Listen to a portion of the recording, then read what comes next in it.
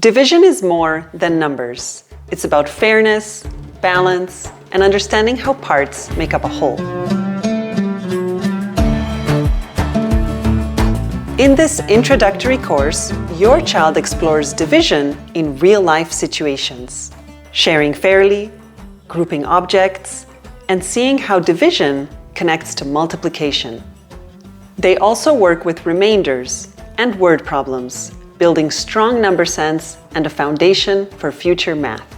Linking concepts to real situations helps children remember how and when to use their skills with confidence.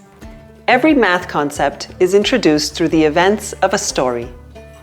Divya Divide guides children through kitchens, markets, and farms, where numbers don't always seem to add up. I'm a fan of shearing.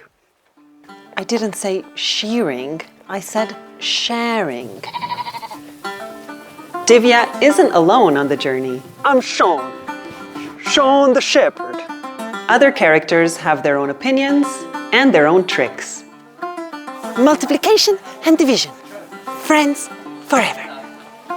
Each lesson includes movement exercises to help your child focus, have fun, and feel the rhythm of number.